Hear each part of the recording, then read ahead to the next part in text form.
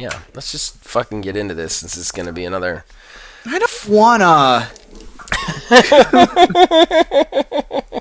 I've got a lot of hot takes on this whole thing. Man, I can't see you agreeing with me, but maybe you will. But I can't see you agreeing with me. I seriously, like... Because I'm going to call a lot of people stupid. And I don't know if that's going to go over well. When I saw the news break about Bungie, I actively yelled "fuck" because I knew that we were going to have to talk about it. I'm like, I don't want to do it again. This is my Cyberpunk. That's what it is. Fair enough. I think everything's my Cyberpunk now. Oh. All right, well, let's get into it. Going in. Time to get your fix.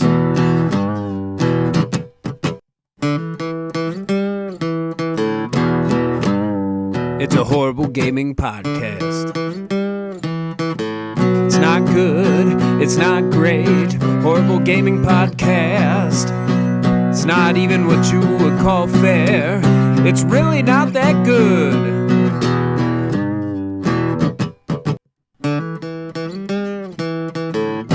Horrible Gaming Podcast. Hello, my name is Zachariah with Old Man Gaming, and you have decided for whatever reason to tune into another horrible gaming podcast. I am not alone, however, nor am I ever. With me is... Neil, aka Tiny Wizard.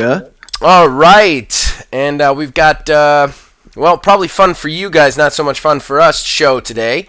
But before we get into that whole thing, let's go ahead and... thank the people who helped us do it. Number one, if you're watching this on YouTube, behind the fancy timestamps, you're seeing fancy graphics. Some of those are ripped from the internet like the dirty thief I am. If they aren't, and they're custom made, they're made by Mr. Mark Bell. We thank him for that.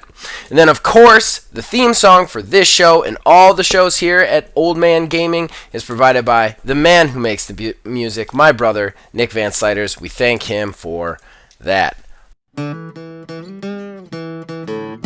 Horrible Gaming Podcast.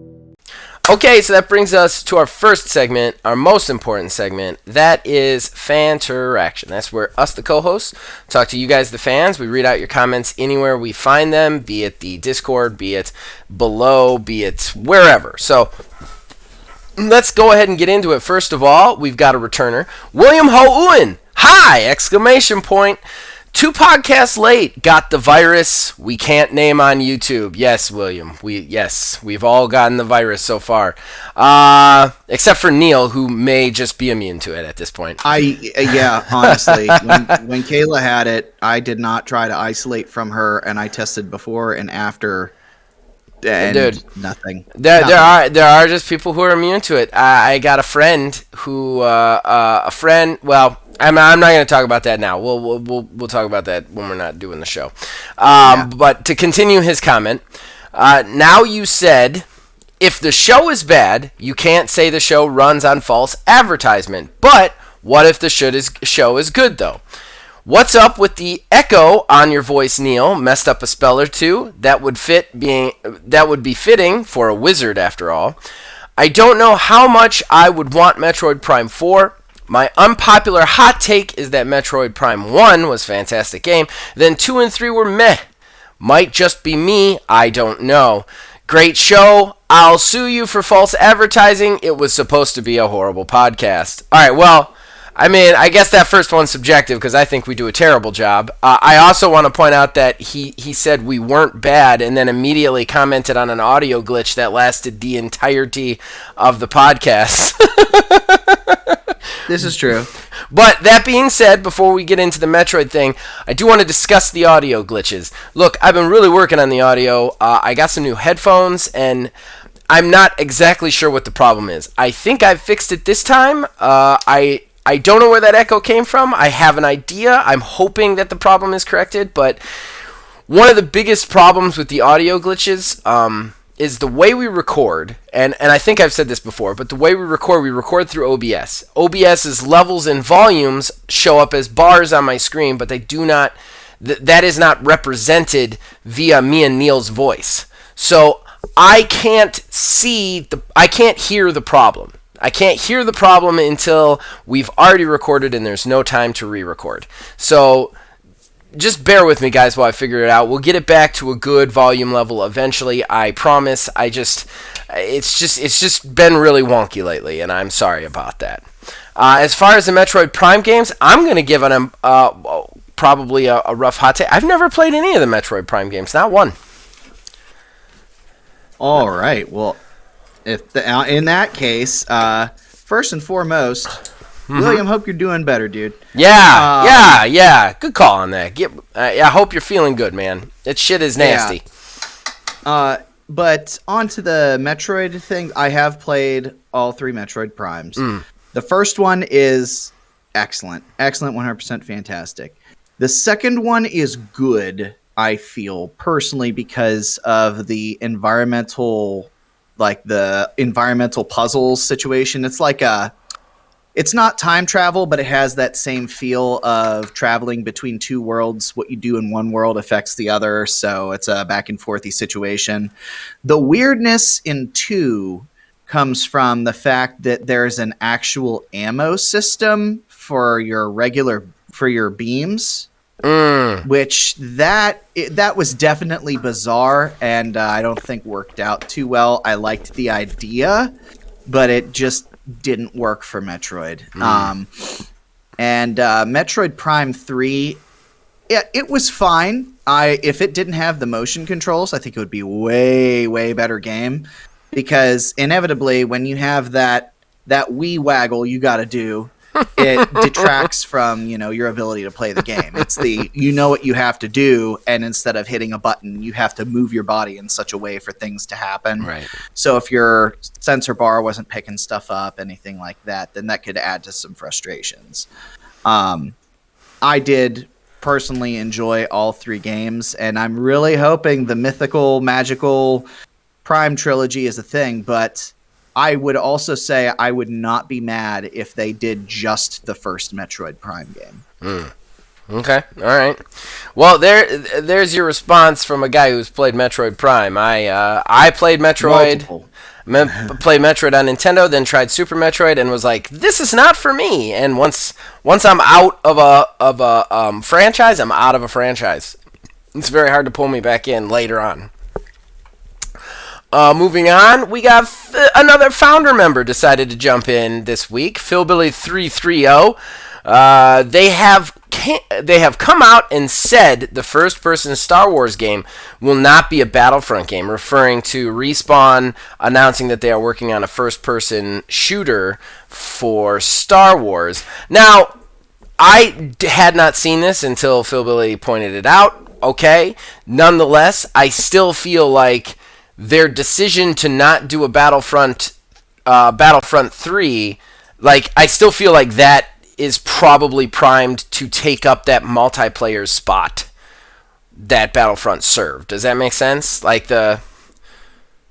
see what I'm saying? Yeah, I definitely see. It might not be a Battlefront, but it's going to be their multiplayer competitive shooter for Star Wars, I think.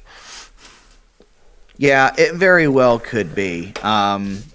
We don't have any solid official information other than, hey, it's first-person shooter, and it's also not, a Battlefront. Right. So, we have nothing to go on. That's true. It might not even be multiplayer. Honestly.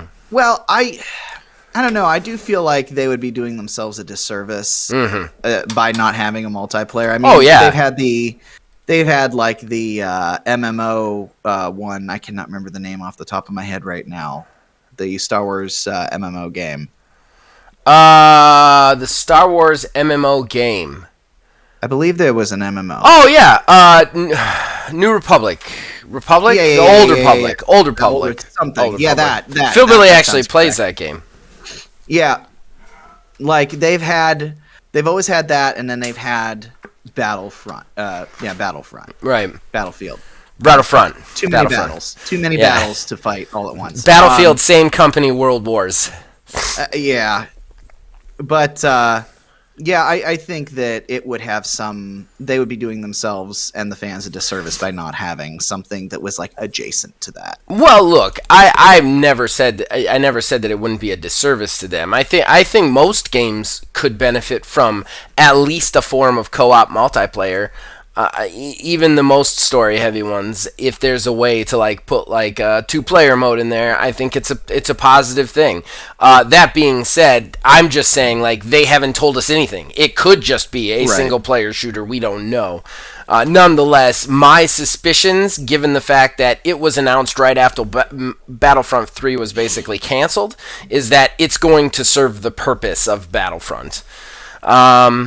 Moving on, Philbilly then said, spoiler, the Microsoft Monster Hunter game was the shooting Pokemon game. R.I.P. Then he says, of course, joking. That would be great. Then we have Asylum 66. We have entered Old Man Zone, raging over coupons. Damn straight, and I will continue to rage over coupons. Even now I rage over coupons because early access for that game has begun. They extended early access to the PCs, so now I'm waiting, and it is hard to wait. I'm not gonna lie. Yeah, Tom Petty said it. A little brief aside, since we were talking about that, I actually, on my way to work today, listened to IGN's review of it. And 9 out of 10. Spoke very highly of it. There's also this guy on YouTube I urge anybody to go check out. He's ACG, and he does reviews. And I think, personally, he is the best reviewer on YouTube, if I may say so myself. I love his rating system. I love the way he goes into games. I love the way he looks at things. He reviewed it as well, and he loved it. So, this game's winner. I can't wait to play it, which really hurts me that I have to wait another fucking 24 hours to get my hands on it. Then we have, I'm going to read all these comments now, even though they're used for the talk down, just because they're a conglomerate of comments. But Asylum 66 says, Fallen Order was a surprise hit for me.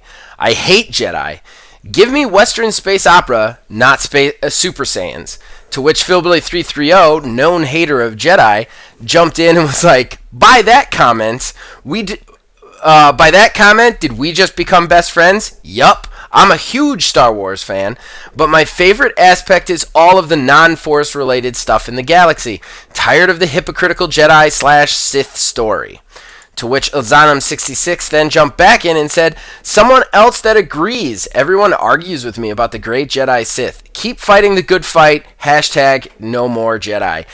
I want to jump in and say I'm sick of Jedi. I don't mind Jedi. I think it's a cool premise. But the fact that the entirety of all of those stories centers on those space wizards when you have such a rich and deep lore and world, it's just so annoying. Like, there's just so much to do, and I think that's why Mandalorian was such a hit. I think a lot of the world actually, whether they want to agree, they want to say it out loud or not, agree with us. They're sick of seeing Jedi. We want to see some people shooting some people with blasters. Yeah, Jedi here and there. I feel like I'm not in the camp of, Jedi Sith, let's get away from it. I do think that they need to not lean on it as much. Yeah. A la, Luke Skywalker is basically Space Jesus. Like, maybe dial back from that a bit. But like you said, like Mandalorian, I mean, that's a whole thing that has been, expounded upon and has been successful. Yep. I will say we did try to start watching Book of Boba Fett, and it doesn't hit like I wanted it to. Yeah. So I don't know if I'm going to keep watching that. I'm on it. I'll be honest. I was very excited for Book of Boba Fett. I don't think they've made the right choices with that series on a whole. I don't hate the series, but there's definitely some choices I think they could have made better for that one. But I don't want this to turn into the Star Wars TV podcast. To get back on track, for sure. Like, there's more that they can do. There's more that they can get into.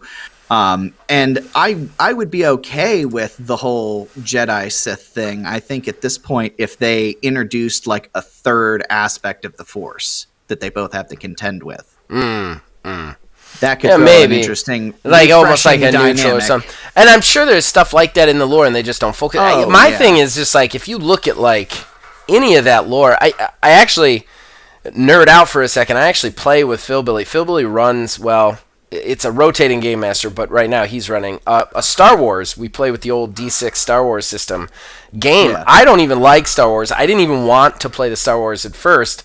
The other two guys in this session wanted to, and I was like, all right, well, I'm outvoted.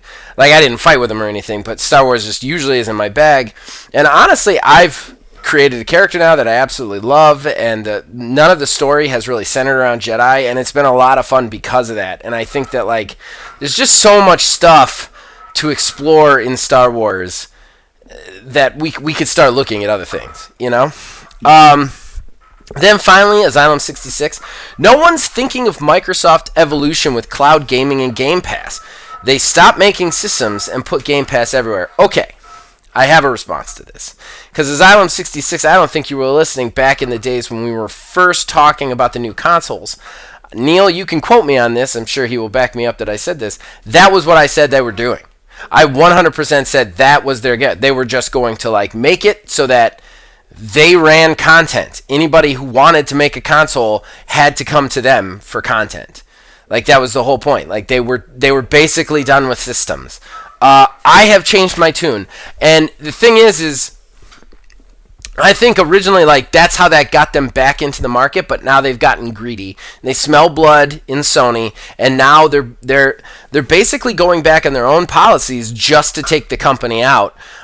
Maybe because they won't put Game Pass on it, who knows? But like, that's what they're doing right now, because they have taken some of their systems away. They have removed a lot of content that could be accessible other places, which they never said they do. I feel like, yes, this is the evolution at the top, but I feel like they've actually taken a couple of steps backwards with that in this whole war with Sony, and gotten a little bit more restrictive and put some more walls up, which they can't have. They can't do that if they want to put Game Pass on everything. It can't be exclusive to our system. They need to put those games everywhere so that Games Pass is where you get it for a subscription fee. Do you disagree, Neil? To a little bit, a tiny bit, Okay. just because, like, they can get their exclusives and use the exclusives to drive the subscription. Like, I don't think that there's ever going to be a point in time when Microsoft is going to not be in the console space unless they really start leaning super heavy, like, even more than they kind of already are, into PC. You realize there's going to be a point in time in our lives where there's no consoles, period, right? Right. I'm like, sure that's where this is going. Eventually, at some point, there will be that point, but I don't think it's something that it's like that's within the quote unquote relatively near future. Like, I think console-free gaming is still probably 15 to 20 years out. If I were to guess, given, just our network, the network structure or internet structure for the country and everywhere as a whole, honestly, can't support the popularity of gaming. Even, other countries that have like actual good internet that can do things and not goddamn Spectrum all over the place. I think that that's something that they have to be aware of as well. I mean, that's part of the reason why things like Google Stadia have struggled so hard. Don't worry, we'll talk about it again later. I know, I purposely didn't put it on my odds and ends because I know we'll talk about it again later. We'll come back to it. All right, well, I'm going to bite my tongue on this one and not fight with you for 10 minutes. So let's go to the talk down. Sure. Horrible Gaming Podcast. All right, so we decided to do something fun for the talk down this week, since we're probably going to have a very depressing conversation for our talking point. So talk down, Phil Billy, Asylum, with you, Too Much Jedis. So Neil and I, what game do we want to see that doesn't have Jedi in it? Well, I'll start with this one. It's Go one for that it. may or may not actually be happening. Maybe not in the way that I would want it to happen, but that Star Wars The Bounty Hunters game. Okay. In a perfect world, I would love to have something wherein you go, you take on jobs. The job is like the level of just getting a bounty. You create your own bounty hunter and make a name for yourself and go for it from there. Right. Something that I would like to see. I think that would be awesome. I really do. But if there's anything in Star Wars that is played out other than Jedi, and don't get me wrong, I don't think it's played out, but bounty hunters is like the next thing you think of. Personally, I'd like to see a smuggling game. I think that would be awesome. Like, the whole point of it is you have to, you start with a shitty ship, and then you have to, find contracts, and you have to actually smuggle goods while the big Rebellion Empire war is going on. So, you have to smuggle it through military zones. You have to watch out for pirates. You have to watch out for bounty hunters that are coming after you. I think that would be such a cool fucking game. You'd still have some of the space piloting. You could get into some of the bigger ships, like the YT 1300 or whatever, the one that Han pilots, and the fucking, those kind of ships instead of just the fighter ships. I think there's just so much coolness to that. I would play that for hours, especially if there was any sort of procedural generation around the smuggling missions and how you acquired them and where you go, stuff like that. I would be all in on that all day, every day. Oh man, you know what else I would want? Yeah, let's do it. A new pod racing game. Yes! Pod racer, make it like F-Zero. Build your own pod racer. Good to go. I'm gonna go ahead. And take that from a different pitch, though. A different pitch from it. And I would be totally okay with yours, but here's what I would pitch for the next pod racing game. Make it super fucking in-depth instead of arcadey. Gran Turismo of pod racing. Get all the science out there, get all the sponsors out there, get who works on it, what the rules are, get all the little engine parts, the whole thing. Forza Horizon of pod racers. I would be all about that. Just tweaking pods and shit. That would be awesome. That would be fucking awesome. Oh, yeah. Yeah. I don't know. Is there anything else we'd want to see out of it? I mean, there's a lot of stuff to do. You could do just straight up soldier stuff. I would love to see some just a soldier in a war would be pretty cool. I think a exploration sort of sim might be pretty cool too. That would be cool too. That would be really cool. Like a No Man's Sky sort of situation. Yeah, that would be cool. That would be really cool. You could do a lot with that. You could do a lot with that. All right, well, there you go. There's some ideas. Hopefully we agree. You know what? Philbilly, Asylum, comment below what your ideas are for a non-Jedi Star Wars game. I think Philbilly's already done this in one previous podcast a year ago, so I might be asking him to recover old territory. But that's fine. Recover that old territory. Should you feel like it? Yeah, should you feel like it? Right below, and we'll read it out next week and gush over it. Until then, let's get into the nightmare that is our talking point, shall we? That's the correct noise. That's the correct noise. Horrible Gaming Podcast. All right, so that brings us to our first talking point. Our stupid talking. Well, our talking point. Dumb. Yeah, that's dumb. Okay, so it had to happen. We just got done ranting about the crappy Activision acquisition, and now we've got to talk about PlayStation's acquisition of Bungie. That's right, ladies and gentlemen. If by chance you are living under a rock and do not know, PlayStation has purchased Xbox company, Activision company, independent company, Bungie, for $3.6 billion in what I personally believe is the dumbest acquisition that has ever happened in the world. But I'm not going to lie to everybody out there. I'm just going to disclaimer this section because I'm going to call a lot of people stupid in this. And if you don't want to listen after that, I understand. But this is dumb, and people's reaction to this is dumb, and I'm going to tell you why I think it's dumb. So just prepare for straight up cranky old man stuff. So I'm going to go to Neil first. Because, I don't want to I'm going to be nothing but negativity. So I'm sure Neil will be negative too, but I'm sure he'll be slightly less negative. What do you think about this, Neil? So, overall, I think that this is one of those things to where, like, first and foremost, everybody, when the news broke, it's like, oh, it's a pissing contest. Oh, now Sony's making a move.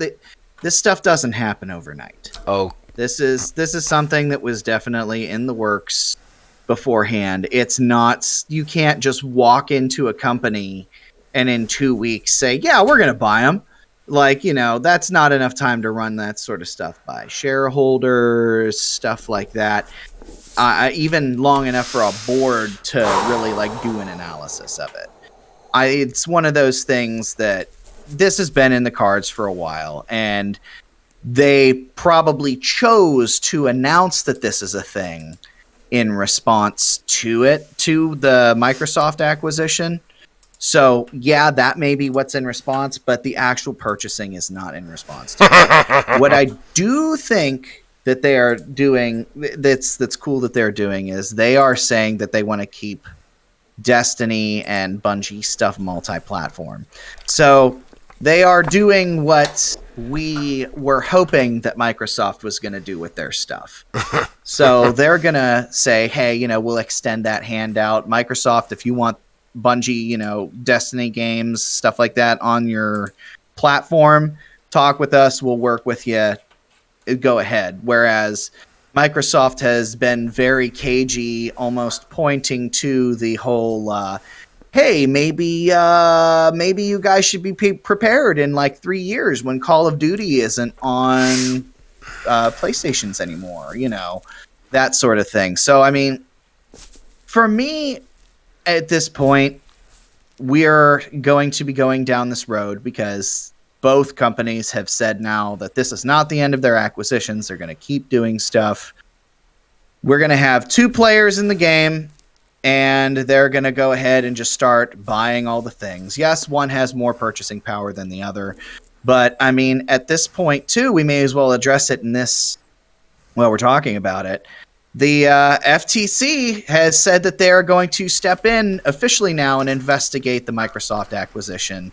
So we're now, you know, already approaching this weird territory of monopolistic moves.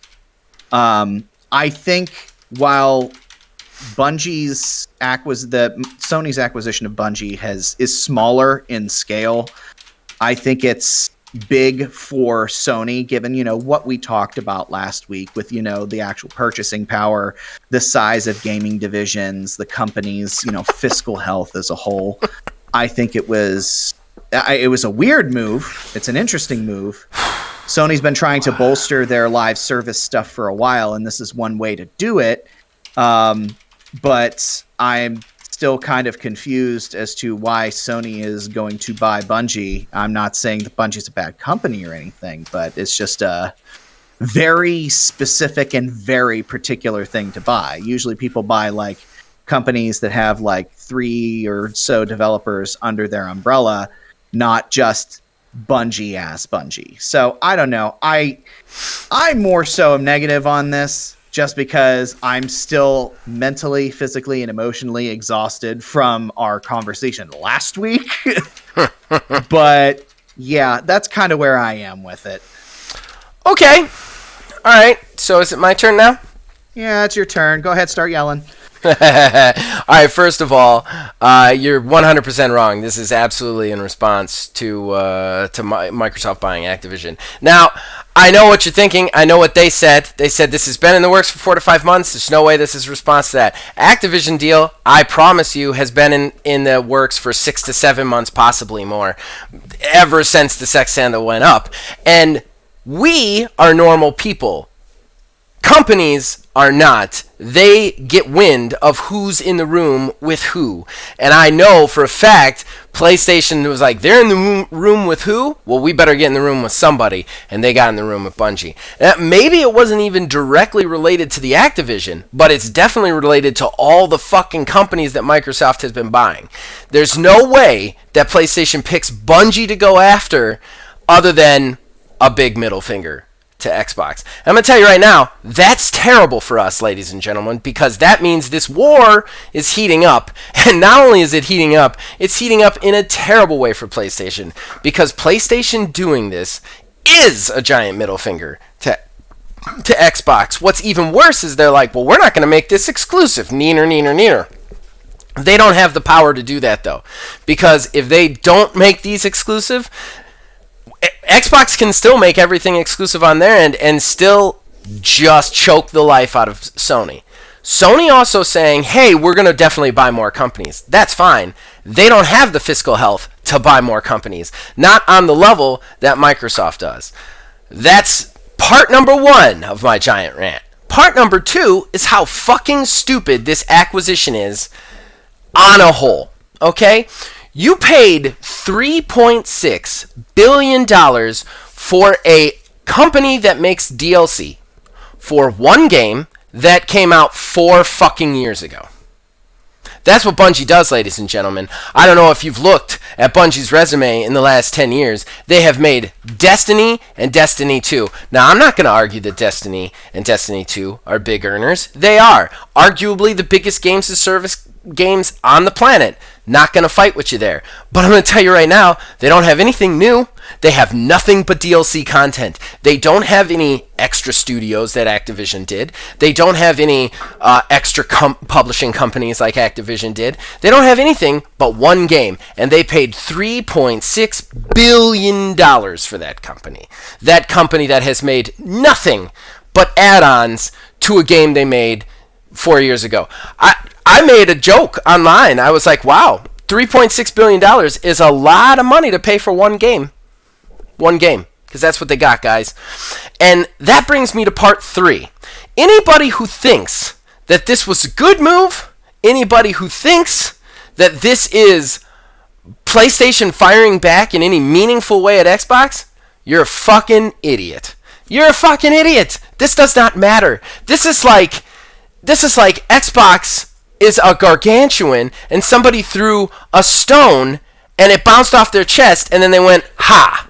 This is insane. This is that meme of the guy like throwing champagne up with the medal around his neck and kissing the girl and then you find out he's third. This is ridiculous. They overpaid for one company and one game, and everybody's acting like this is the biggest hit to Xbox since the beginning of time. This isn't a big hit to Xbox. They're not even going to make any of the games exclusive. They're not going to make the game exclusive because it's one game. They don't have any fucking ass. Yeah, the one game. This is ridiculous. They have overpriced. Like, this is the biggest mistake they've ever made. And anybody online who's like, yeah, this is it. This isn't it. Okay?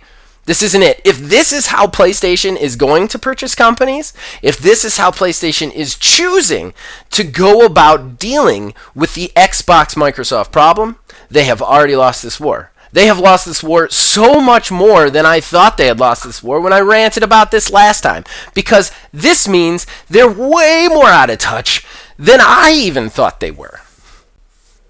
Because they think they can stand toe-to-toe with Microsoft. And guys, girls out there, anybody listening, I'm not saying this out of fandom. I'm saying this out of objectivity. Look at their gross earning. I'm not saying this because I want PlayStation to lose. I would much rather PlayStation stay around. Even with their antiquated beliefs and all their exclusive nonsense, I would still rather there be competition to Xbox, because when Xbox owns everything, we are in trouble. When any company owns an entire market of anything, we pay for it. And so I don't want PlayStation to lose. I don't want Sony to lose. But this is the dumbest thing I have ever seen in my life. This is posturing at its worst. So, yeah, that's how I feel about this. It's just ridiculous. It's absolutely ridiculous. And it should be condemned as such. Yeah, I think we were as diametrically opposed. Yeah, we weren't. I'm happy about that. There's like the one huge main point where we're very much opposite on, but outside of that, it's like, yeah, like...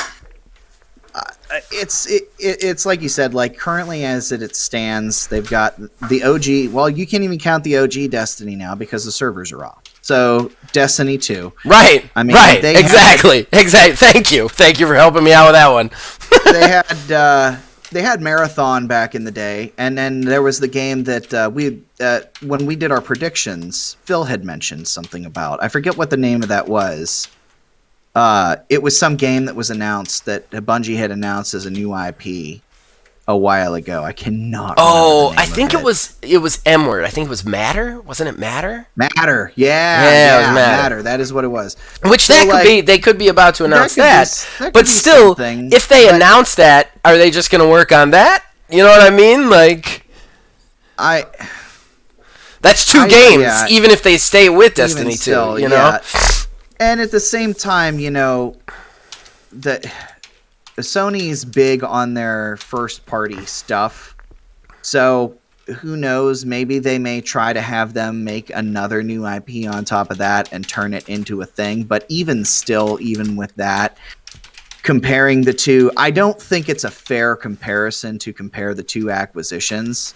I mean, you make a good point. But that's the thing. The internet decided to compare them. You know what I mean? And that's the stupidity to me. That's what I'm hitting. Is I'm 100% in agreement with you. There is no reason to compare these two acquisitions, but the internet decided, let's compare it. I mean, it's the dumbest thing in the world. It's like it's apples and oranges. It's like comparing a fucking Ford Pinto to a Lamborghini. Like, it's just they're not even in the same ballpark. Yeah. They're barely even both cars. Yeah, you do make a good point. Like you said, like there's people in rooms who, you know, talk within the industry. Mm-hmm. So, yeah, sure, this may not have been a direct response to the knowledge of us knowing that there was the acquisition going on, but it could have been a move that was made maybe in response to it. But at the same time, I'm still very much like, even with what we were just talking about, I don't think that Sony even sees that move as like a direct challenge to Microsoft's acquisition.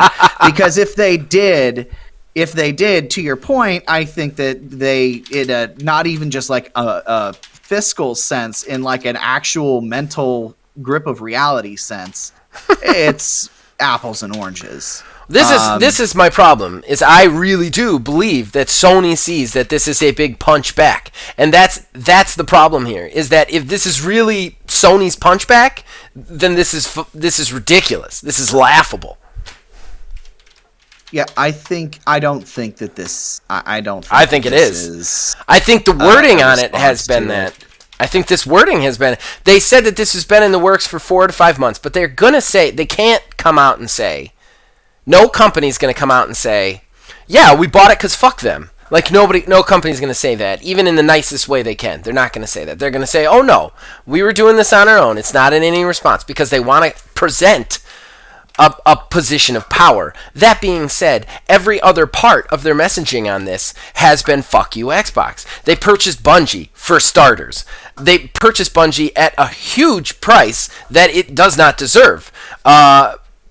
They purchased Daddy Halo for $3.6 billion right after Xbox has gotten done purchasing every other fucking game company on the planet aside from Take-Two and Ubisoft. You can't tell me it's not a fuck you, especially with then they come out and say, we're not done spending, we're definitely going to spend more. That's a challenge, because when there's only one other person on the block spending money and you're like, we're going to spend more, then you're challenging them. You're challenging them. This is definitely a fuck you to Xbox. There's no other way around looking at the facts that have been presented from them, the messaging that has been presented from them. Even if they didn't know about the Activision sale, this is still a fuck you to Xbox, and it's ridiculous. It's just dumb, and it's a stupid move.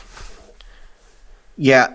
Honestly, my biggest thing with this entire thing is what you were talking about, you know, the fact that this has turned into like a spending contest, basically. I've said this before, I'm going to say it again. You have alluded to before, you know, the fact that like these different aspects, different things that could cause a crash in the industry again. I feel like a spending war between two companies buying up literally everything and anything is what will lead to a crash. Because they both said they're not done, there's more to come. Right. So they're just going to be, it's going to be two team captains in a dodgeball game. They go back and forth, and eventually there's going to be nobody left but Nintendo.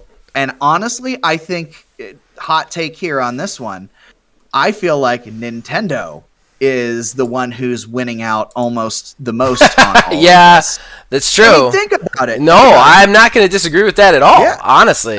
They early on said, this is what we're going to do. This is our thing. This is our niche. We're not going to play ball with these guys anymore, and we're going to be our thing. And it took a bit of time to transition to that, but they are now there. So now we have these two companies just waving their metaphorical dicks at each other. And and Nintendo's like, hey, we're still doing our own thing here. You don't have to worry about our stuff getting bought away and going somewhere else, because they're not going to sell Mario to, like, Xbox or anything like that. They'll do partnerships like they've done with Ubisoft with the Rabbids games. If it meets their sort of high strict criteria, and that sort of stuff works out for them. So, I mean, in the end, Nintendo's benefiting from all of this, and they haven't spent one red cent. Yeah, I completely agree. They haven't spent one red cent, and nobody is looking at them because they've made themselves this own little box, and nobody even seems to want that market share. And it's kind of crazy to me that these two companies aren't. And I agree. Unless they get purchased, at this point, I'm not writing anything off. I'm just not. I mean, there's just too much money being thrown around in the gaming space right now. There just is. There's just too much money being thrown around that I wouldn't even write off Nintendo being purchased. That being said, if Nintendo doesn't get purchased, then yeah, they're making out like bandits. They're absolutely making out like bandits because these two companies are murdering each other. And, I mean, they're wasting any profits they're making is the thing, too, Right. Yeah, I don't know. And then, since we're talking about this, we may as well touch on that other piece of the news with the Microsoft acquisition, the fact that the FTC is now actually looking into it. So now what happens in all of this mudslinging and, cash slinging more so at this point? What happens in all of this if the government steps in and says, yeah, no, that would make you a monopoly? They freeze that entire thing. Then what happens? I mean, yeah, sure, everything's going to kind of go back to the way it was. But at that point, I think there would be a more broad discussion of, monopolistic situations in gaming. We have 3 companies pretty much. Well, we may as well say 4 with Steam as a platform. We have these platforms out there, and every single one has their own little thing, and that's fine. But if these games and everything are so big that the government itself has to step in if one single company gets their hands on, another one, I think that there might be something a conversation that might need to be had. I mean, capitalism's going to capitalism at the same time, but I think the fact we've talked about it before with other things, but the second the government steps in on something like this, things might be touched on, with, we've talked about refund policies and stuff like that with Cyberpunk and everything. When loot boxes were a thing, that government bodies were starting to talk about that sort of stuff. And the fact that a federal agency is now looking into the acquisition of a company because they think it might create a monopoly is very interesting to me. I mean, I don't want to rain on your parade, man, but I'm cynical. I'm old and I'm cynical. And I got to be honest, they were looking into loot boxes. What happened to that? Right. They were looking into the sexual abuse. What happened about that? The government is bought and paid for by the highest bidder and has been for a long time. It runs on super PACs, which run on money. And money is what money is not the problem. There is tons of money in gaming right now. Nobody's going to come after these people in any meaningful way from the government. Nobody's going to step in and do anything. The FTC can rattle their swords all they want. And it shows. Phil Spencer went out and said they're not going to stop that. He basically said that in an interview. It's like, nah, I'm not even worried about it. Because they're not. They're not worried about it. It's not going to happen. And even if it does happen, what they'll do is they'll go ahead with it. They'll make some shell company, and then they'll purchase it out that way so that it doesn't look like it's connected, and then it's connected. Like, it's going to go through. It's going to go through, ladies and gentlemen. The government isn't going to stop anybody with that much money because the government really likes money. It just does. It just does. I mean, that's how presidents get elected nowadays. And you're not wrong. I'm not. I'm sorry. I hate to be that guy. I hate to be that guy. We try to avoid political conversations. We do. We really do. But and I'm trying not to get too heavy into it. But it's money. It's all about money right now, and it has been and will be for the foreseeable future. So there's nobody going to stop this other than them, and they're not going to stop this. So they're going to blow up this industry with what they're doing. And, like, I don't know what to tell everybody. Like, if this is the way that they're going to move, then this is not... none of this is going to... Nobody's going to save us from this. Like, yeah. I mean, I'd love to be wrong about that. I really want to be wrong about that. But I don't believe I am. I don't believe I am. I'll be the first person to clap at my wrongness if that's what happens here. If it turns out that the FTC stops that sale, and I mean, but in that case, let's hypothetically look at what happens if the FTC stops that transaction, right? Okay, they're like, hey, buying Activision is too much of a monopoly. We're going to stop the transaction, which is not going to happen, but let's say it does. What the fuck happens then? I mean, because Activision probably folds at that point because they're going to have to deal with the lawsuits and everything. They're not going to be able to get out from under it. Like, a lot of people are going to lose a lot of great stuff then, too. So there's, like, flip sides. Like, nobody's going to win. Like, I guess is what I'm going to say. Nobody's going to win. There's nothing but sadness and rain. That's it. I mean, as it is with most things anymore. I mean, look, here's the thing. I'll get real with everybody. And I'll give you guys some my experience of how to make your life happy as you can. Worry about your friends, worry about your family, do the best you can, and that's it, man. That's it. Because government's not going to get fixed, gaming's not going to be fixed. So just try and be as happy as you can while everything burns around you. And you probably will be. Like, I don't know. I'm still I know I rant on this show quite a bit. But I'm a happy guy. I got a wife who I love. Are you sure? Are you sure you're yeah. a happy guy? No, I am. I have a wife that I love. I have a daughter that I love. I have friends and family who I would not trade for the world. But like, it's because I stopped focusing on how crappy the world was and just started focusing on my own situation and my family's situation and how I could make that better in the climate that we're in. I mean, and that's what you got to do. Like I hate to say that because it's isolationist. It's probably against everything the young people believe. Like, we're going to make the world a better place. Stop doing that. It's not worth it. It's not worth it. It's too far gone. Just worry about yourself and your friends and your family and the people who are important to you and what you can do to make them and yourself happy in that situation, you know? And don't get me wrong, I'm not saying go out and murder people and take their car because it'll make your family happy. That's not what I'm saying. Do right by people. Like, do right by people. Like, don't go out and be evil or anything like that. But, like, just, I mean, like, worrying about that stuff is just going to make you miserable. It's just going to make you miserable. Like, there's just too much money, too much power in those kind of positions. It just is. Just is. Like, I look at my situation every day as, this is the situation I'm in. How do I get the most out of this situation? And that's the best you can do. That's the best you can do. And hopefully you can do that every day, you know? I don't know. I might get some hate for these comments. I don't know. This is why I stay away from politics.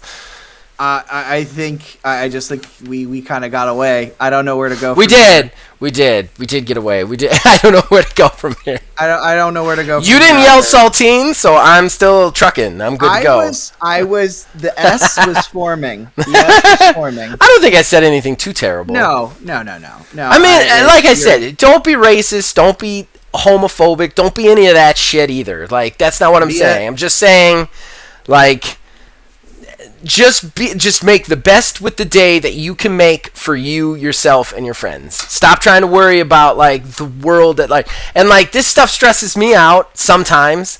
But when I'm done with this podcast, I'm done. You know what I mean? Like I play a video game, then I go upstairs, I get into bed next to my wonderful wife. Nothing nasty. You dirty mind people. I go to sleep. I wake up my kid, who I'm very proud of. I put her on the bus. I get to see my niece, who is wonderful and full of life. I get to see my brother-in-law, who's one of my best friends. I get to live in the house that I've worked my entire life to get. You know what I mean? Like look at the stuff you have, and you can make better yourself. You know what I mean? Don't get depressed by this shit, I guess. We've definitely gone on a tangent. I feel like we've gone way off track here. Yeah, just a smidge. All right, bringing it back.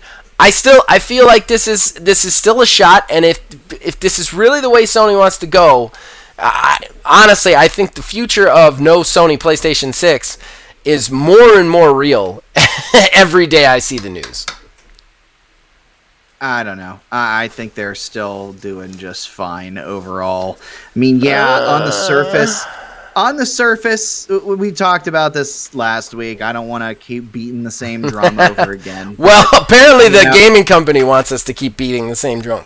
You know what? Again. I am going to draw a line in the sand right now, though. If we get some crazy ass news about another acquisition, like next week or something like that, like.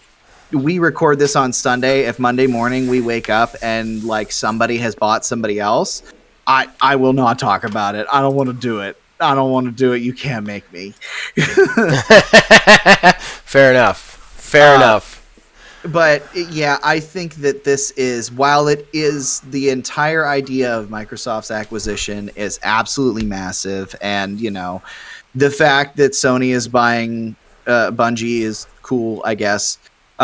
Like those things are very, you know, in everybody's minds right now. I don't think Sony is in a place to where it is that horribly bad. I mean, I will say that they did have, I didn't put this on an odds and ends, but they did release some numbers, and they're missing their expected, their projections, their financial projections, because they weren't able to make as many PS5s as they had wanted to. Maybe if they didn't make all those PS4s. But yeah, I don't know. I don't think it's the end of the world for them just yet. I think there's still more that remains to be seen. I think they're in serious trouble. Real serious trouble. I think they're going to keep failing to make numbers because of the fact that they can't get PlayStation 5s into people's hands. I think spending a lot of money on one game shows an instability in logic for them. And while you're right, they're probably not right about to go down to the bank and declare bankruptcy. If they keep making decisions like this, if they're really saying what they're actually going to do, which is spend more money on other companies, like, this is not good. What are they going to do? Like, buy another company that makes one game for $4 billion? Like, they're in trouble, and they don't seem to have the logical course of action to right the ship. That makes me worried. Yeah. Yeah, I would agree that it's not like, well, I just got done saying, you know, I think that, you know, they're okay. I mean, if they do continue to keep making moves that don't keep the pace, there is some level of keeping up with the Joneses that needs to occur. But I think at this point, it's not red flags, DEFCON 5, you know, just yet. I just think it's, if in 2 years from now, you know, let's say Microsoft has made like 2 more major acquisitions and they bought like, I don't know, just like Hello Games or something like that. Like just like one developer or something like that, and have not continued to grow. I think unless they have some crazy ass technology, like they're building the whole ass Oasis, or like are working with Facebook for the metaverse or something, that's the only thing that they could like really do at that point. Not, it's like it's almost like when your car is sliding on ice. Yeah, yeah. So like you feel it start to go, and you make those course corrections to make sure that it doesn't keep sliding. Right. But there eventually becomes a point where you slide and are sliding so much, there is literally nothing that you can do but ride that slide until the end. Right. And if they don't fix it, they're in trouble. Yeah. All right. Well, let's head over to odds and ends. Sure. Horrible Gaming Podcast. All right. So that brings us to our final segment. Odds and ends. That's where we like to collect smaller news stories. Don't necessarily deserve a full talking point, but we want to tell you guys about them. We want to riff about them. We just want to make jokes, whatever. So I only have 2 this week. Neil's got 5, if I recall correctly. So Neil, you can start us off. All right. Well, sad times. Sega has quit the Japanese arcade business. Is that sad times? Do we care about that? I think it's sad times. Okay, all right. I think it's sad times. I mean, they were one of the. Well, neither one of us are Japanese, and neither one of us frequent Japanese arcades. Well, no, but it's a sign. It's a sign of the times. Arcades. I would also posit that none of our listeners are Japanese, nor do any of them frequent Japanese arcades. I could be wrong. If you're a listener who frequents Japanese arcades, tell me I'm an asshole. Yeah, I feel like, it's just a sign of the times, especially with, the past few years with the pandemic and everything. People have not been able to really go out to arcades at all, and they have been waning in popularity for a while. One of my favorite memories that I have of like gaming in general, when I was working, there was a period of time where I was working out in Hawaii on a cruise ship. And whenever I went to go leave, the ship had left earlier in the day, so I had to catch my flight home. So I had a couple hours to do whatever. So I went to the mall in Honolulu, and they had a whole ass arcade in there. And they had an arcade machine of Street Fighter 4. Street Fighter 4 is my favorite Street Fighter game. And I was just screwing around playing, and I had one dude, younger kid, just randomly show up, and he's like, "Hey, you want to go?" "Yeah, sure." And like, it was that weird, like that used to happen all the time back in like the 80s and everything. Is people would just, 2-player games, you put a quarter up on the machine, winner stays. And that's kind of what happened there. And it's such a surreal feeling. It's what we do online, but in person. Right. When you really think about it. Yeah, it's true. That's true. And it also makes it bizarre in that way, but it was such a cool thing. There's a couple places like them. There was one up in Cleveland. I don't know if it's there still. 8-bit or 16-bit, I think it's called. Yeah, I think I know what you're talking about. Yeah, we went up there for my birthday a while ago, and it's literally just a huge-ass arcade, and you get drinks and alcohol, and it's fun. There's one here in Kent, actually. I think it's called, I want to say it's 8-bit or 16-bit or something like that. I can't remember, but there is one here in Kent on, the main drag. I haven't been in it. It's a bar/arcade, so I don't know how good it is, but there is one. Yeah, I'd have to. Yeah, but that's...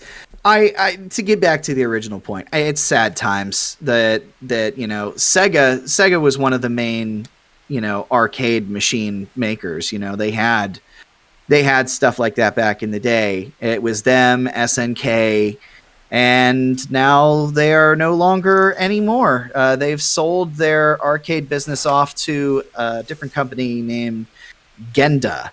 So I'd never heard of them before, but yeah. Yeah, Sega's out. Sega's out of arcade cabinets. End of an era. End of an era.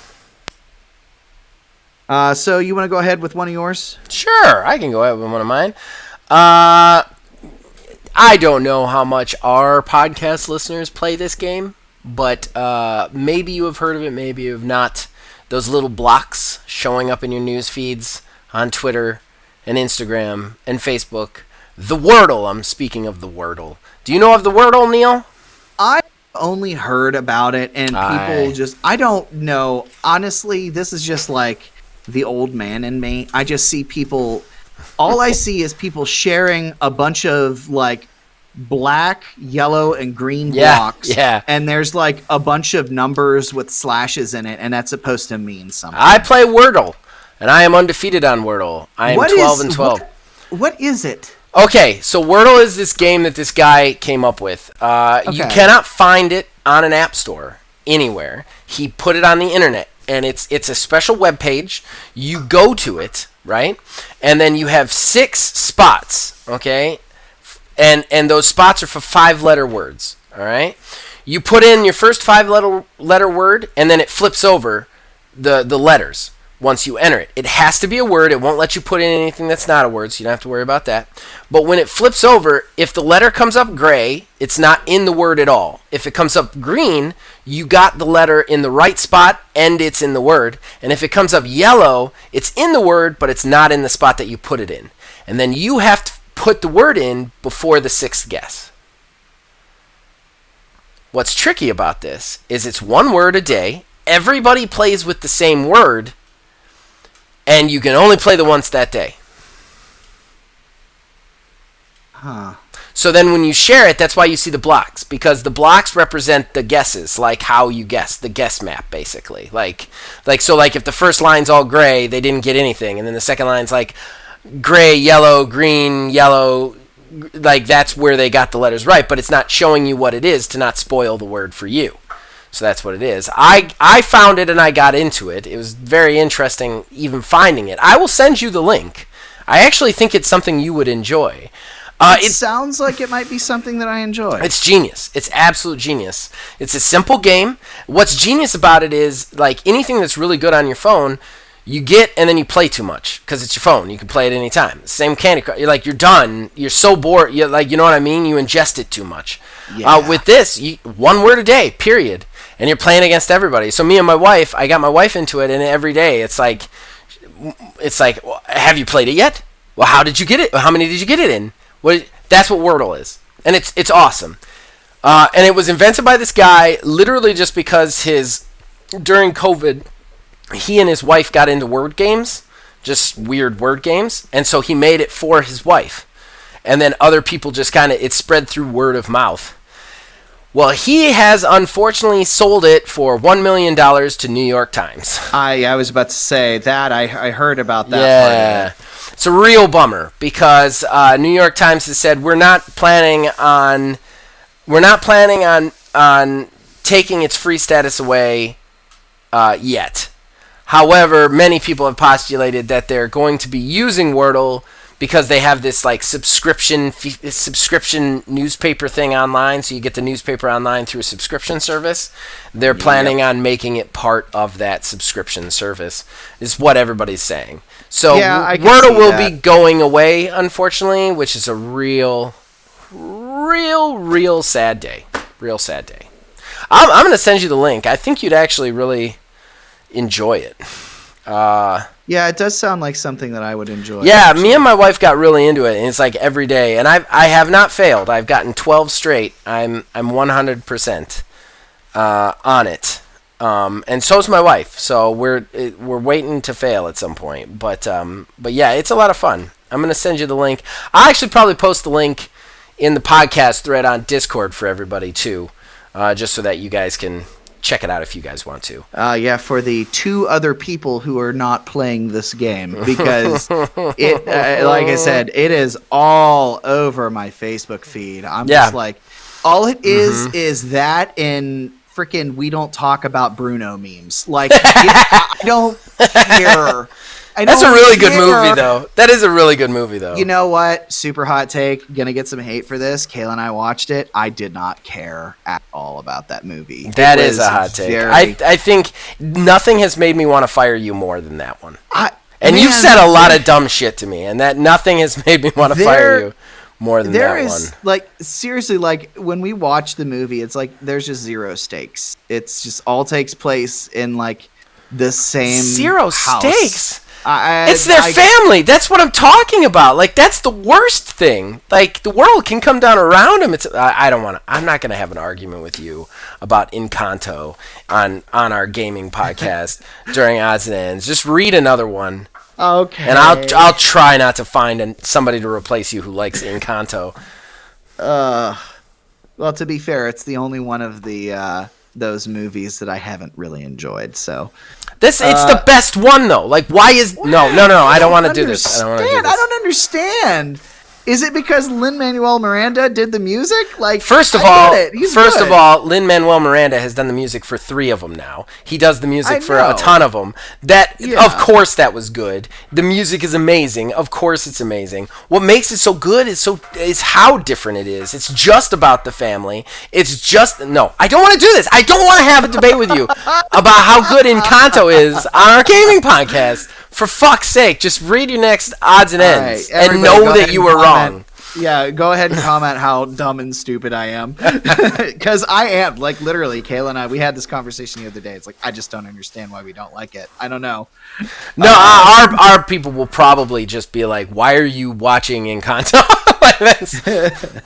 that's what we'll get. But go ahead, read your next one. All right.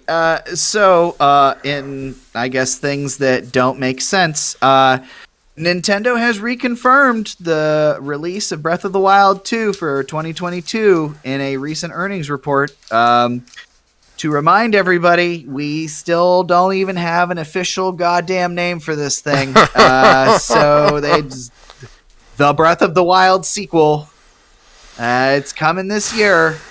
Sure, I guess. Don't get me wrong. I'm stupid hyped for this game. I've been very hyped for this game for a long time. Same here. But the ludicrous amount of secrecy around it, like, I'm almost wondering if there's like some crazy, like, there's something in the name that like is like a super crazy spoiler. Like if it's something like the Rise of Ganondorf or some shit like that they just want to keep secret. Right. I don't know why, because, everybody will know when you release the fucking name of it anyway. So, I don't know. I don't understand the crazy amount of secrecy around it. I just want to, have a name for this thing so I can stop calling it the Breath of the Wild sequel / Breath of the Wild 2 for a game that has been announced that is in development for 3-4 years at this point. Our initial teaser. And we've seen one set of gameplay for it.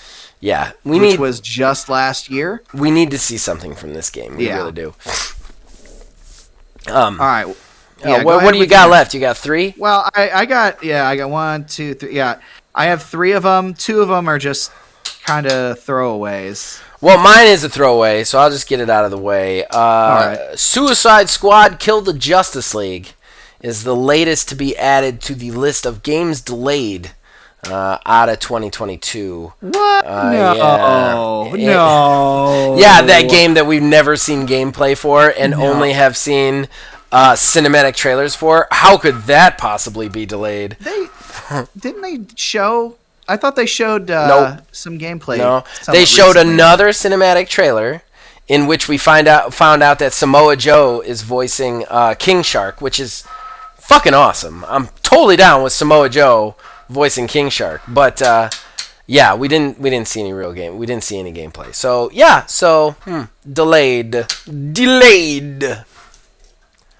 Wow, that's absolutely not shocking at all. A game getting delayed out of the year. Wow. Meanwhile, we've got a game that moved its release date up 2 weeks, and it's killing it right now. Sifu. I'm talking about Sifu. Oh yeah. I was trying to parse that one. They had set the release date for February 14th. They moved it up to February 8th, and it is a seamless game of beauty. So, it's just AAA game companies don't know what the fuck they're doing anymore, other than buying each other, buying things. Yeah. So. 2 rapid fire ones then. Sure. I don't know. The second one might not be super rapid fire. All right. Apparently, Shredder is coming to that Nickelodeon All-Star Brawl, apparently. How is that game still a thing? It failed so fast and so hard. Yeah, it failed so fast and so hard, and they're just like, here's Shredder. Great, cool. I guess. Yeah. Cool. I don't know why he wasn't there in the first place, but okay. Yeah. I don't know what they're doing with this thing. I literally have no idea what it is that they're doing with this thing. I thought that they would have pulled the fucking plug on this thing so fast when Twitch viewership dropped to literally 0. Yeah. I don't know. It's definitely not a Smash contender in any way, shape, or form. It doesn't do anything new or original to contend with it in the first place. If you want to play a Smash game that's not Smash, go play Brawlhalla, everybody. It's the beginning and end of it, and it's free to play. I would even take a shameless ripoff. It's just the quality of it. Well, and that's the thing. It is a shameless ripoff, but it's just like not great. It's slapdash is what it is. Yeah. They didn't put enough time and effort into it. Exactly. All right, and the other one here, Rockstar has finally officially confirmed that GTA 6's development is well underway. So we know it's a thing. They've said that after this next iteration of GTA 5, they're going to start going ahead and focusing solely on GTA 6. Yep. Largely absent from that statement was anything about Red Dead. Sorry, guys. I guess they just don't care about that anymore. Cowboys will be cool again one day, I promise. But they're outside cool of that, right now. That's the problem. Like, how are you not capitalizing on this? Like, to me, I'd be like, look at all these people making this hashtag trend for over 3 weeks. Maybe we should give them something, and that will make us money. Like, the insanity that they are experiencing right now is money. And I'm going to go ahead and say this right now. I'm adding them to my boycott list. Hashtag boycott Rockstar. Done with Rockstar games. I will not be playing GTA 6. Not going to do it. And I'm not going to do it, especially if they continue to treat Red Dead Online this way. I'm not going to do it. So, saying it now, and guys, I stuck to it on Halo. I'll stick to it on this. I'm adding them to my boycott list. Boycott Rockstar. I'm done. I'm done with Rockstar and their bullshit. Their hypocritical talk out the mouth bullshit. They made a perpetual online world that they didn't do anything with, and they just let it sit. They lied to their consumers, and then they left them hanging when they asked for anything whatsoever, any sort of loyalty. So guess what? Boycott Rockstar. There you go. Heard it here. Heard it here first. And I'm done. No more GTA for me. No more Rockstar for me. Until Red Dead Online gets an update. So basically no more Rockstar for me. Honestly, I only really played GTA 5 briefly on the PS3. I mean, it was a good game. The story was a good game. I didn't really like the online, but the online was broken at first. Nobody remembers that. All I ever really did, I played Vice City strictly just to destroy things. Yeah. Like I didn't play the story. I didn't anything. I put in all the cheat codes. We all had it. The notebook piece of paper with all the different codes for the different like weapon packs and everything that you could get. You know, wanted level 5. I played Vice City for the music, baby. Music. I just would put in cheat codes and blast these stuff. broken wings and learn to fly again. Learn to live so free. Yeah. Breaking it down. New theme song. You heard it here. Anyways. Next. All right. Next, last, and the one that we're going to get hung up on for a minute. I alluded to it earlier. Guys, it's happening. Google Stadia is finally dying. Ding dong, the witch is dead. The witch is dead. I should preface this by saying it's like not 100% official yet. There are crazy amounts of rumors and evidence, but Google Stadia is apparently going to be rebranding themselves as Google Stream and going to be using the Stadia tech to stream things with other companies' different services, such as Peloton. So we have reached the final evolution of a gaming streaming service that sold its own controller. I'm literally holding my Google Stadia controller right now because I got it for actual literal free because they couldn't make people pay for them. They had to give them away for free, and even that didn't go over very well. Yeah, it's gone or going, guys. It will be going. They're going to just use that tech and license it out to other companies to try to salvage anything that they can. They've already divested themselves from first-party things. The service is still up and running. I'm sure that will remain for a while. And now we get to ponder all those questions, like the poor saps who spent money on these games. What happens to them? What happens to those games? What happens to all this stuff? What happens to the people who did, unfortunately, go ahead and spend all that money on a Stadia controller and the subscription service and everything else? Well, if we're doing this again in a year when they shut those servers down, I think we're going to be talking about those people and those games. Like, that's really the people who... That's really the sadness here, is the people who bought games that they can't... that they're not even going to be able to play. It's just sad. It's just absolutely sad that this even happened. And really, you want to take somebody to court for something, government? Right here. These people gave them money that they're never going to see a return investment on. Ever. Tell me what's not a fucking scheme about that. Yeah, I mean, a lot of people don't understand. I mean, I'm sure a lot of people who listen to this are well-versed enough in those sorts of things. But when you buy a digital game, movie, music, anything, you are not buying that thing. Right. You are buying a license that is effectively a digital piece of paper saying, I have given money to a company for them to allow me to have access to this thing. And it's only on that company's stuff.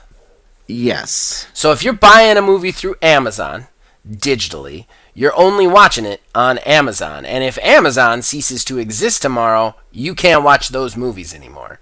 That's simple. You have no ownership whatsoever. You're paying for a license. And that's how Stadia works.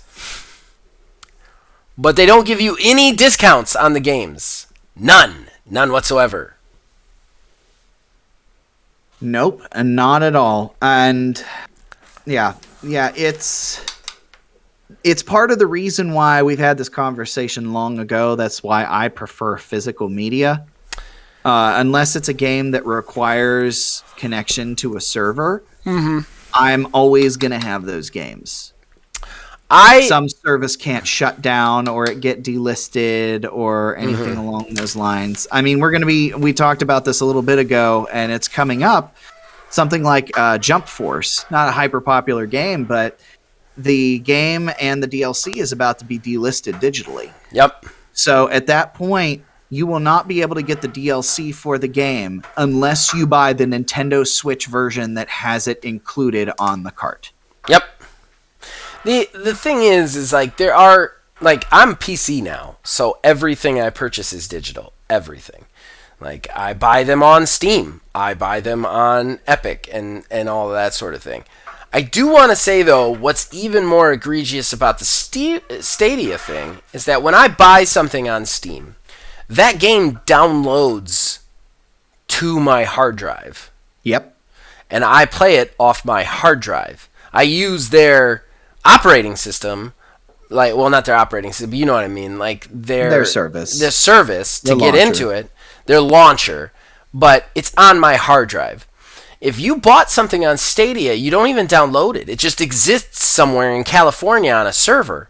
So, like, it's not even like you have that, like, that's the thing. It's not even just digital. It's streaming, you know, that is insane to make you pay for that. And what's great about the xCloud is that you get the game, you pay for the game, you get the game, and you just play it everywhere. They use the streaming to allow you to play it everywhere, you know? Yeah, which is why it's a superior service, and one of the reasons that Stadia is not around anymore. Yeah, xCloud was its own separate thing because, you know, it's all based off of Game Pass Ultimate. Mm-hmm. So, you have Game Pass Ultimate that you get for, downloading games digitally. And again, you have it downloaded. Granted, you lose access if you don't have the thing anymore, the subscription anymore. Right. But again, even if something gets digitally delisted, as long as you download it ahead of time, you still have it unless you, delete it.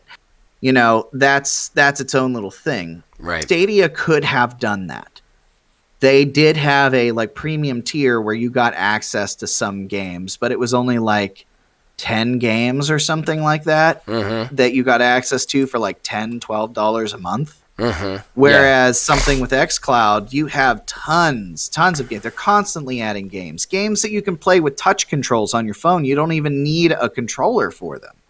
It's night and day between Stadia, and just how it was implemented was just like a lot of companies try to do. They spend their way into something to say, hey guys, we're here doing the thing, instead of actually taking time to properly develop, to properly go through and do stuff and make that service something that is good naturally by iteration and caring and development over time, instead of just hey guys, here's the thing, you can do the stuff, that's cool, right? Give us money. Yeah, exactly. I was about to say, are you there? Yeah, I'm here. I'm listening. Yeah, I mean, that was basically it. But yeah, Google Stadia is on the way out. I'm sure we'll get an official announcement here soon, because it's just, who knows? Nobody gives a shit about Stadia anymore. They probably did already officially announce it, and we just still haven't even seen it yet. Yeah, that's exactly right. We just haven't seen it yet. All right, well, that's it for odds and ends, unless you got anything else. Nerp, that is it. All right, let's go to plugs and go to sleep. Yeah, sleep. Horrible Gaming Podcast. All right, let's do the plugs and get out of here, man. All right. Going in 3, 2, 1. All right, so that brings us to the end of the show. Shameless self-promotion that comes with it. Neil, yeah, go ahead and plug it, man. Go ahead and plug it. All right. Well, Halo Infinite Road, it still continues infinitely, but not so infinitely, because we will be finishing up Halo Reach here soon, and we will be recording the one single last episode, basically, of it when we do our next record here coming in the next few days, because we just stopped short of finishing it off, but then we're going to be going into Halo 4, and then barring we don't find a way to play it, via streaming or something like that down the road, we won't be doing Halo 5. So Halo 4 is going to be the last one of those. Yep. And we've been having some light conversation back and forth as to what we will replace it with in the future. But we have another thing. We've got another thing that we're doing here. I was going to plug it if you forgot. Yeah, I will not. No, I won't forget it. So it's going to be next week, correct? Is what we decided on? It will be the 16th. 16th. Yes. Yeah, on the 16th, we had such a blast. Kayla, myself, and Zach all doing Firefight on stream. We're actually just going to do it again and just kind of do that here and there as just a thing to do. It's going to be a blasty blast. Because it was a blasty blast last time. We had some weird audio stuff on our end with Kayla. Long story short, she was fighting over hearing everything twice, but we figured out what that is. We're going to get that all figured out. Well, we had some audio problems on the stream itself. That was my fault. Hopefully I can figure that out. Yeah. New headphones. Same problem as what we've been having with the podcast. But yeah, that's something that we are going to be doing here. Who knows on what sort of basis, but we got another one coming here soon. 16th. We got another one coming on the 16th. Who knows how often? It's not going to be set in stone, but we're definitely gonna do it. Firefight. I am super excited. That was a lot of fun. So looking forward to that. As far as me, I've got a couple of things I would like to specially plug. number one, part 2 of our 4-part finale for season 3 comes out tomorrow for OMGW. Please go check that out. Put a ton of work into that. And I'm not going to lie, right now it's kind of up in the air whether we will be doing a season 4 or not, because the view count on season 3 has been pretty rough. So please watch it if you want to see more of it. Then other than that, I also have the review on Dreamscaper coming up Monday morning. I'm sorry. I'm speaking in the forward tense even though this is coming out after it. Both of those things are coming out Monday, the Monday immediately prior to this, if you're listening to this. The Dreamscaper was a really interesting roguelite on Game Pass that I urge everybody to check out. Very interesting premise. I really liked it. And speaking of roguelites, I'm super excited. Amateur Hour, I've been doing it on Tuesday nights, 9:30. For some time now, we've been doing Streets of Rage 4 Survival Mode. We're switching it up because guess what comes out on Tuesday? That's right, fucking Sifu. And I'm playing it. I'm playing that thing. I'm playing that thing until my fucking head falls off. I'm so excited. So please check me out playing Sifu for the first time on Tuesday night on Amateur Hour. And then Tuesdays will be for Sifu for a little while just because we needed the switch up. Other than that, you can check out all the normal things. Check them out. We got a lot of stuff. We got the preludes. We got the streams, the lunch streams. Me and Phil Billy still doing the 330 streams here and there. So yeah, check out everything we have to offer on the channel. And of course, you can reach us on Facebook at OldManGamingDH, on Twitter at OldManGaming9. You can join our Discord. Links in the description below. You can influence all of our shows from there. You can also subscribe to our Twitch, twitch.tv/OldManGamingDH.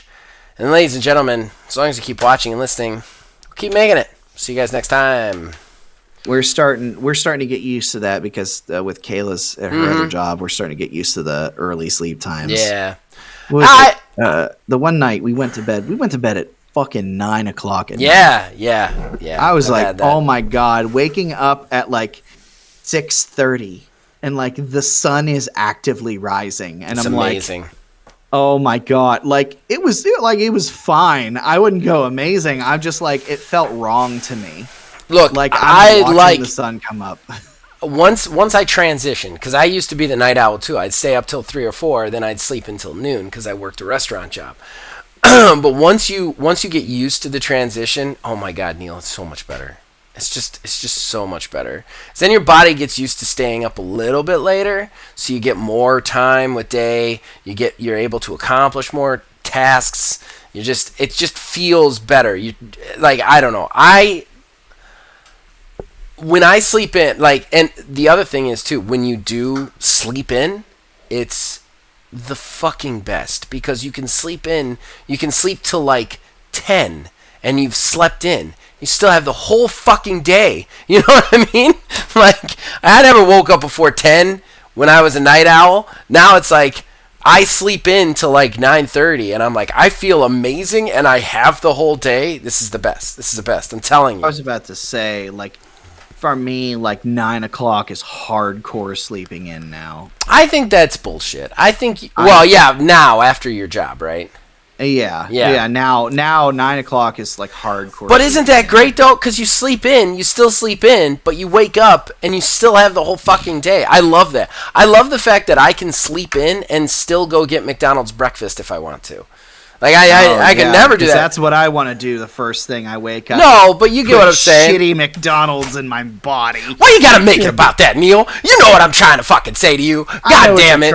You gotta twist it around and make it about McDonald's fucking breakfast. God damn. You can get any breakfast. You get the Wendy's breakfast, which is way better. It's awesome. Breakfast. I want to try Wendy's breakfast. Sheetz breakfast. Sheetz breakfast. Is too fucking expensive for what it is. I'm saying that right now. It's too fucking expensive. Dude, get a breakfast sub. I'm telling you, it is the best thing. I get the same thing every single time. No. I get myself some ham, a nice fried egg. I spend $50 there with my family every time we go there, and I get like 4 breakfast burritos. It's terrible. Dude, we must be going to different Sheetz. I don't know what kind of Sheetz you're going to, but that breakfast is too fucking expensive for what it is. On the side note, though, Wendy's breakfast is by far the best fast food breakfast there is right now. I'm telling you. Because their seasoned yeah. potatoes is amazing. Seasoned potatoes is amazing. You can get pop with the breakfast, which is awesome. And you get this fucking... They do fried eggs instead of scrambled. And I know that sounds gross. It's amazing. Like, oh, no, I prefer fried eggs over scrambled. oh, it's so good. You gotta try the Wendy's breakfast. Plus, I'm gonna say this. I don't feel like shit after I eat Wendy's breakfast. There is no other breakfast that I can say that about. Every other breakfast out there, I feel like shit for the rest of the day if I eat it. Fast food, I mean. What time does their breakfast end? 10:30. So you can still get there. That's the beauty. That's the beauty of it. Bringing it all the way back around to the thing is you can sleep in and you can get breakfast. Fast food breakfast. Back when I was a night owl, man, breakfast was like a rare thing if I was still awake when they were opening. You know? It certainly wasn't like I could wake up before they stopped serving it. You know what breakfast thing I always tried to make it to, but like never could when I was in that period of my life? Is what? The fucking the Eaton Park. The Eaton Park breakfast. Yeah. They have that breakfasty brunchy thing, the little buffet thing in the morning. We don't have Eaton Parks up here anymore. Yeah. They don't have the one over near Chapel Hill Mall? I don't think so. I haven't been to the Chapel Hill one, but I'm pretty sure that one closed down. The one in Streetsboro definitely closed down. It's something else. Yeah, Streetsboro's been gone. I know. But I'm pretty sure the Chapel Hill one's gone too. I'm pretty sure the Chapel Hill one's gone now too. Don't quote me on that though. But I'm pretty sure it's gone. I'm like literally Googling it now. Google away. I'd love to be wrong about that because that's what I'm getting. Oh, it is it's gone. Told you. Sadness.